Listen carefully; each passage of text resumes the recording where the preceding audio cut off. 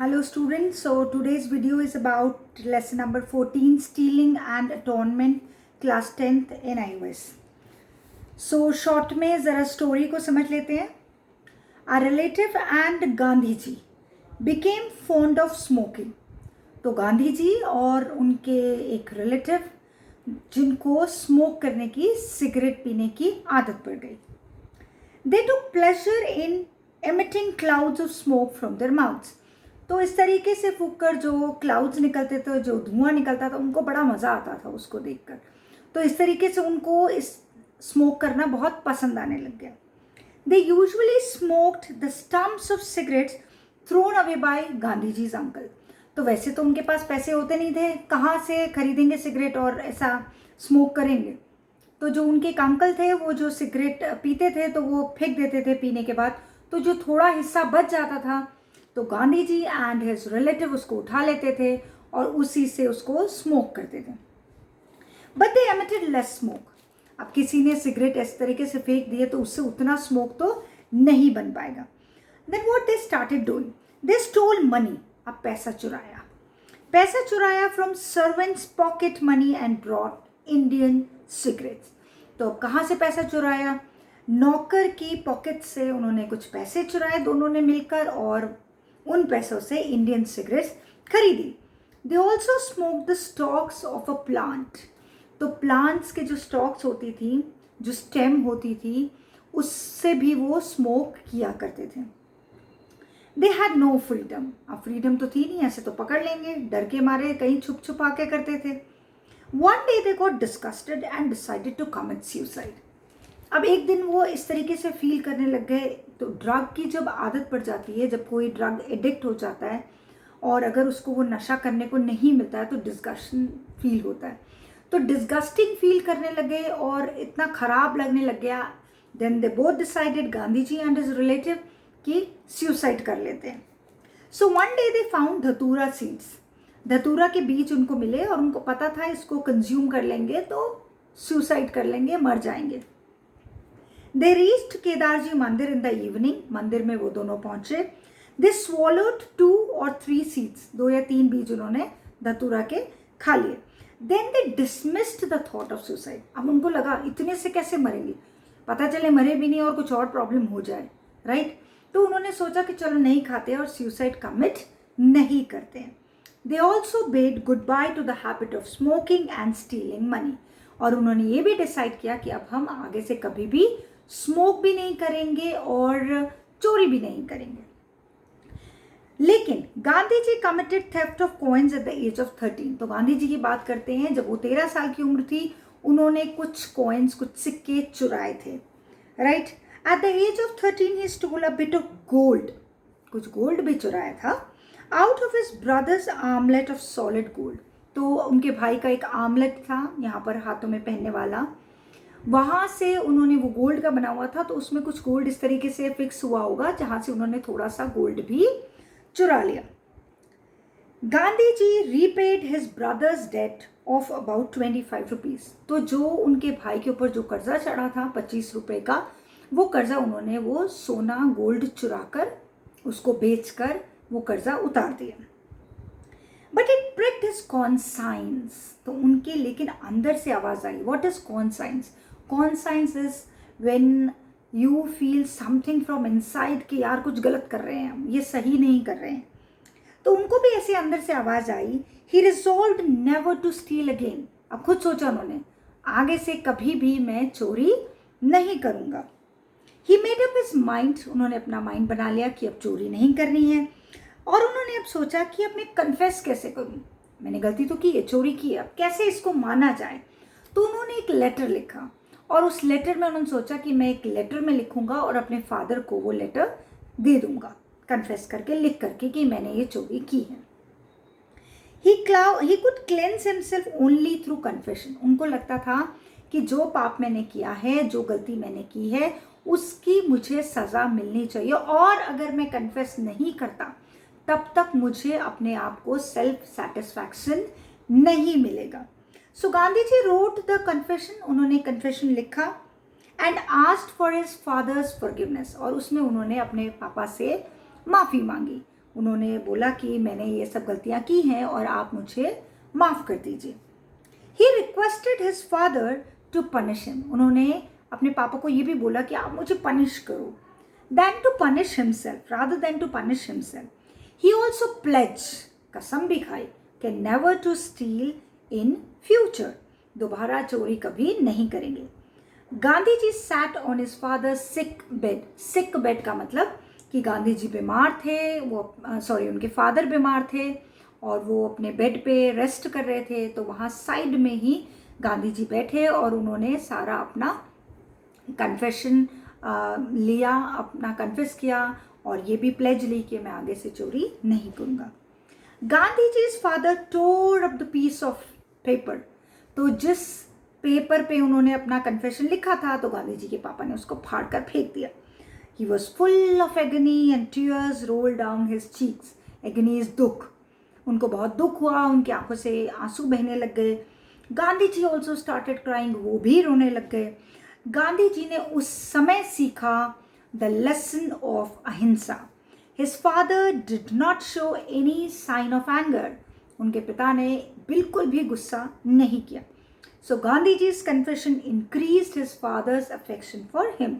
तो उनके कन्फेशन से, अपनी गलती मानने से ही उनके पिता ने बिल्कुल गुस्सा नहीं किया, इनफैक्ट अपने बच्चे यानी कि गांधी जी से ज़्यादा प्यार करने लग गए। So see, it is the story and there is a pure coincidence that I am telling you the story of Gandhiji and today's Independence Day. So there is just a mere coincidence. Okay, so this was the story and now let's come to the in-text questions 14.1. Questions के answer में सिर्फ आपको टिक करना है, MCQ है। पहला question ये है कि who did Gandhi ji try to imitate as a child, तो किसकी कॉपी किया करते थे गांधी जी बचपन में? हिज अंकल, अपने अंकल की, जिनको उन्होंने देखकर फिर कॉपी किया, मेरे अंकल स्मोक करते हैं तो मैं भी स्मोक करूंगा। From where did Gandhi ji first get money to smoke Indian cigarettes, तो उनको सबसे पहली बार पैसे कहाँ से मिले इंडियन सिगरेट खरीदने के? ही स्टोल इट, उन्होंने पैसे चुराए। Why did he and his friend go to Ramji mandir, तो वो और उनके दोस्त रामजी मंदिर क्यों गए? टू काम देमसेल्व्स, अपने आप को शांत करने के लिए। नाउ क्वेश्चन नंबर 2, 14.1 एक्सरसाइज का, why did their courage fail them when they wanted to swallow the dhatura seeds, तो उनकी हिम्मत क्यों नहीं हुई कि ये धतूरा सीड्स को वो स्वॉलो कर जाए, खा जाए? There courage failed them because they feared, उनको डर लग गया, that they would not die instantly, उनको डर लगा कि एकदम से तो मरेंगे नहीं हम खा लेंगे तो, and also because they were not sure whether killing themselves would solve their problem, तो उनको ये भी यकीन नहीं था कि यार अपने आप को मार लें तो क्या ये प्रॉब्लम सॉल्व हो जाएगी, पता नहीं होगी कि नहीं होगी, तो खुद को क्यों मारना है। आई विश हर कोई सुसाइड करने वाला कुछ इस तरीके से सोचे तो शायद सुसाइड करने से बच जाए, बिकॉज सुसाइड करना किसी भी प्रॉब्लम का सोल्यूशन नहीं है। Now question number 3, when did Gandhi ji give up the idea of smoking, तो गांधी जी ने कब सोचा कि यार मुझे स्मोकिंग अब छोड़ देना है, मुझे सिगरेट नहीं पीना है। So Gandhi ji and his friend gave up the idea of smoking after they had given up the idea of suicide, तो जब उन्होंने ये सोचा कि हमें सुसाइड ही नहीं करना है, तो हम सुसाइड प्रॉब्लम का सोल्यूशन नहीं है, तो प्रॉब्लम का सोल्यूशन है सिगरेट पीना ही छोड़ दो। Question number 4, how did Gandhi ji regard the habit of smoking when you grew up, तो गांधी जी को कैसे समझ में आया कि ये स्मोकिंग अच्छा नहीं है? So when he grew up, यानी कि जब वो बड़े हुए, he regarded smoking as barbarous, dirty and harmful, खराब काम है, चीप काम है और अपनी बॉडी के लिए बहुत ज़्यादा हार्मफुल है। उसके बाद आते हैं let us learn new words पे, बहुत ही ईजी है, हमको सिर्फ ऑपोजिट्स लिखने हैं और प्रीफिक्सेस लगाने हैं, यानी वर्ड से पहले एक वर्ड लगाना है। प्रीफिक्स का मतलब होता है एक वर्ड से पहले एक वर्ड लगाना जिससे उसका मीनिंग ऑपोजिट हो जाएगा। तो ऑस्पिशियस, ऑस्पिशियस के आगे हम लगा देंगे इन, प्रीफिक्स कौन सा लगाएंगे? इन, तो वो हो जाएगा इन ऑस्पिशियस। देन अवेलेबल, अवेलेबल के आगे क्या लगा देंगे? अन, UN, अनअवेलेबल, तो वो अवेलेबल का ऑपोजिट हो जाएगा। Then we have another word dependence, dependence के आगे लगा देंगे इन, तो बन जाएगा independence. Then we have decided, decided के आगे लगाएंगे प्रीफिक्स लगाएंगे अन, तो डिसाइडेड का ऑपोजिट हो जाएगा undecided. Then you have effective, effective के आगे लगा देंगे इन, तो इफेक्टिव का ऑपोजिट हो जाएगा ineffective. So these were the opposites. Now let's move to in text questions 14.2। 14.2 का पहला क्वेश्चन है how was Gandhi ji's brother's debt, यानी कि गांधी जी के जो रिलेटिव थे, जो भाई था, वो कर्जे में कैसे आ गया, या कितने रुपए का कर्जा था। तो 25 रुपीज का कर्जा था गांधी जी के भाई पर। Why did Gandhi ji take out a bit of gold from the armlet, तो आमलेट में से उन्होंने थोड़ा सा गोल्ड क्यों चुराया, उन्होंने चुराया because he used that gold to clear his brother's debt, यानी कि उन्होंने अपने भाई के ऊपर जो 25 रुपए का कर्जा था उसको उतारने के लिए उन्होंने वो गोल्ड चुराया। Question number 3, what do you think Gandhi ji did the bit of gold, क्या किया उन्होंने उस सोने के साथ। तो अभी हमने पढ़ा इसको, अभी पिछले क्वेश्चन में देखा कि उन्होंने ये सोना जो चुराया उससे उन्होंने अपने ब्रदर का 25 रुपीज का कर्जा उतारा। Why did Gandhi ji decide to confess to his father, उन्होंने क्यों डिसाइड किया कि मैं अपनी गलती एक्सेप्ट करता हूँ अपने पापा को जाकर, एक पेपर में लिख देता हूँ। गांधी जी फेल्ट डिस्टर्ब्ड, बहुत अंदर से डिस्टर्ब हो गए, यार मैंने बहुत बड़ी गलती कर दी। वॉज वेरी अनहैप्पी, बिल्कुल खुश नहीं थे। जब से उन्होंने अपने भाई के आमलेट का वो गोल्ड चुराया था तब से उनके अंदर बहुत अंदर से वो डिस्टर्ब थे और बिल्कुल भी खुश नहीं थे, और उनको ये रियलाइज हो गया कि he had done something wrong, but he felt this was not enough। सिर्फ अंदर से रियलाइज करना ही ज़रूरी नहीं है, काफ़ी नहीं है, इनफ नहीं है। ज़रूरी ये भी है कि मैं जाकर अपनी गलती को एक्सेप्ट करूं कि हाँ मैंने ऐसा काम किया है। He felt that a real and complete cleansing was possible only if he confessed। Cleansing का मतलब अंदर से मैं साफ तभी हो पाऊंगा, मेरी सब गलतियों की क्लीन तभी हो पाएंगे जब मैं जाकर कन्फेस भी करूं। सो these were all the questions about in text questions 14.2। अब आते हैं इन टेक्स्ट क्वेश्चंस 14.3 पर। तो 14.3 का पहला क्वेश्चन है how did Gandhi ji's father react on reading his letter of confession. तो गांधी जी के पापा ने कैसा रिएक्ट किया जब उन्होंने एक खत में लिखा, एक लेटर में लिखा कि कन्फेस किया कि मैंने ये सब चोरी की है। Gandhi ji's father was overwhelmed and wept, वो इतने इस तरीके से इमोशनल हो गए और खुद उनकी आंखों में आंसू आ गए जब उन्होंने अपने बेटे का ये कन्फेशन लेटर पढ़ा। Who taught Gandhi ji the lesson on ahimsa, तो गांधी जी को अहिंसा का शिक्षा पाठ किसने सिखाया, हिज फादर। अहिंसा इन द स्टोरी मीन्स, यहाँ अहिंसा का मतलब क्या है, यहाँ कोई मार पटाई तो हो नहीं रही है, किसी ने कोई वायलेंस तो किया नहीं है, तो स्टोरी में अहिंसा का मतलब क्या है। अहिंसा का मतलब है to avoid causing pain, being violent and to bring about change in a peaceful and loving manner. तो सबसे ज़रूरी कहानी के अकॉर्डिंग है कि हम कोशिश करें, अहिंसा का मतलब ये है कि हम किसी को दर्द ना पहुंचाए, किसी को दुख ना पहुंचाए, और अगर हमें अपने आप को बदलना है तो वो बहुत ही लविंग और पीसफुल, शांतिपूर्वक तरीके से होना चाहिए। So it was all about in text questions 14.3। यहाँ ये ख़त्म हो जाता है। थोड़ा सा ग्रामर पढ़ लेते हैं, बहुत ज़्यादा इजी है आपका ग्रामर। तो ग्रामर में आता है आपका present participle and past participle. Present participle में आईएनजी लग जाता है जो अभी प्रेजेंट में हो रहा है, that is your present participle. तो आपकी एक्सरसाइज 1 में है डैश डॉग्स सेल्डम बाइट, यानी कि जो कुत्ते भौंकते हैं वो काटते नहीं हैं। सो यहाँ पर आ जाएगा बार्किंग, बार्क आईएनजी लगाएंगे तो बार्किंग जो होगा that will become your present participle. Then detergents are dash powders, cleanse powder, cleansing powders. तो डिटर्जेंट्स कौन से होते हैं, साफ करने वाले पाउडर्स होते हैं। क्लेंजिंग आईएनजी लगा लीजिए, और ई को कट करना है, CLEANSING। माला शोड मी हर डांसिंग डॉल, उसने मुझे अपनी डांसिंग डॉल दिखाई। डांसिंग, डांस में DANCE आता है, लास्ट के ई को कट करना है, DANCING, dancing. The king wanted a singing bird, singing, sing and ING। Dash beings need air, water, food, living, LIVING। तो लिविंग बींग्स को किसकी जरूरत है? Air, water and food. अब आते हैं पास्ट पार्टिसिपल। पास्ट मतलब जो हो चुका है, पास्ट में था, भूतकाल।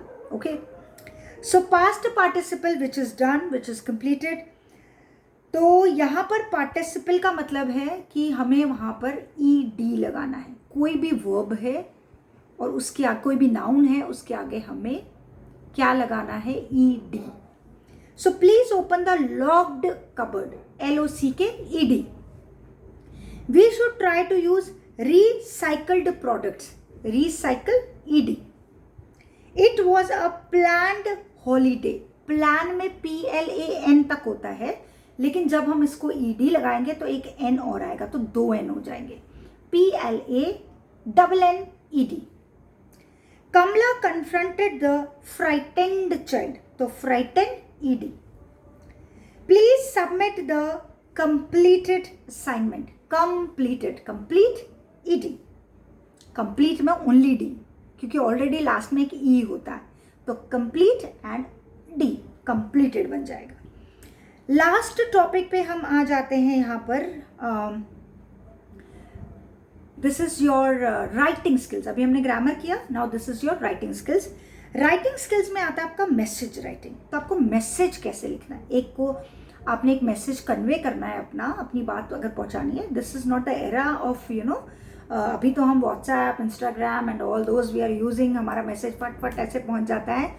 बट यहाँ राइटिंग स्किल्स में आपको मैसेज, पहले कैसे मैसेज जाते थे, किस तरीके से उसको लिखना है, ड्राफ्ट करना है। तो मैसेज में आपका मैसेज हमेशा ब्रीफ होना चाहिए, छोटा होना चाहिए, क्लियर, एक्यूरेट होना चाहिए, पॉइंट टू पॉइंट होना चाहिए।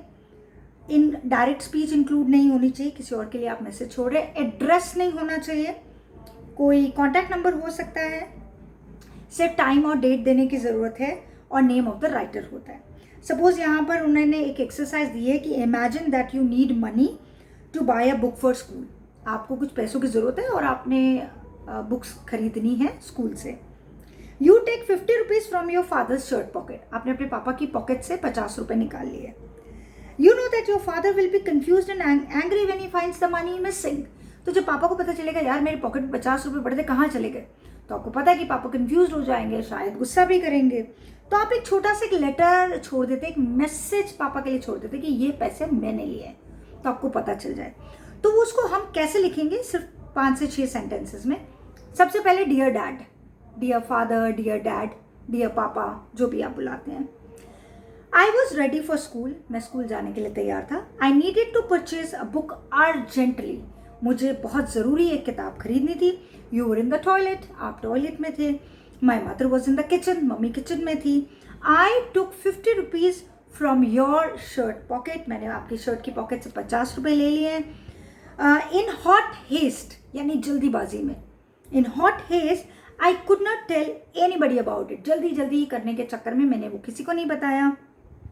फिर मुझे रियलाइज हुआ कि that you will be confused and angry when you find the money missing. Don't mistake anybody as a thief in the house.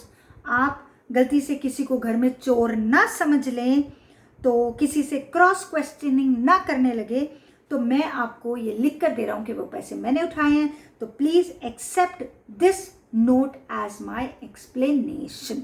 तो आप इसको एक्सेप्ट करें कि मैं आपको क्या मैसेज देना चाहता हूँ। सो इस तरीके से आप एग्जाम में भी लिखेंगे, एंड उसके एग्जाम में जब आएगा you are going to write like this.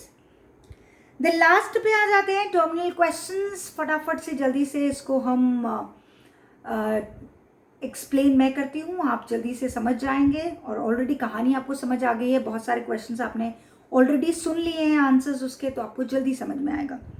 So first question is Gandhi ji and his friend smoked cigarette stubs in stalks of some plants. Okay, do you think they were right in doing? तो गांधी जी ये जो cigarette के टुकड़े उनके uncle फेंकते थे और जो वो पौधे की स्टेम से जो स्मोक करते थे, क्या वो सही था आपको लगता है? नहीं। ऐसा सही नहीं था। रीज़न सिर्फ एक ही है, because smoking is injurious to health. Smoking is injurious to health. Why did Gandhi ji and his friend want to commit suicide? उनको सुसाइड क्यों करना था? And do you think suicide is a solution to problems? तो Gandhi ji and his friend wanted to commit suicide as they felt unhappy, अंदर से खुशी नहीं है, that they needed permission from their elders to do anything. अब freedom ही नहीं मिली। पता चले, देखो जी इंडिपेंडेंस डे हम मना रहे हैं, हमको फ्रीडम ही नहीं है कि हम सिगरेट पी सकें, तो ऐसी हमको फ्रीडम नहीं है तो हम क्या करेंगे ऐसी लाइफ का? इससे अच्छा हम मर जाते हैं, सुसाइड कर लेते हैं। They wanted to be independent. They wanted to be able to act without taking permission from their elders. उनको बड़ों से परमिशन लेने की ज़रूरत नहीं लगती थी। लेकिन committing suicide is definitely not a solution to the problem. We should rather face problems with courage. Now, question number 3. Gandhiji took gold from his brother's armlet. Do you think his action was correct or incorrect? Of course it was incorrect. गलत था। क्यों? क्योंकि भाई से बिना पूछे उन्होंने उनका सामान लिया। Because he took it without telling his brother. This act was the same as stealing. बिना बताए किसी की चीज़ उठाना चोरी करने के समान है, चोरी करने जैसा है, तो ये गलत था। Even if it is for a good cause, अगर आप अच्छे काम के लिए भी कर रहे हैं तो भी आपने बिना बताए किसी का सामान उठाया तो वो चोरी ही माना जाएगा। Why did the father weep when he red Gandhiji's confession? तो गांधी जी के पापा क्यों रोए जब उन्होंने वो कन्फेशन रीड किया? Gandhiji's father was angry, said that his son had stolen something.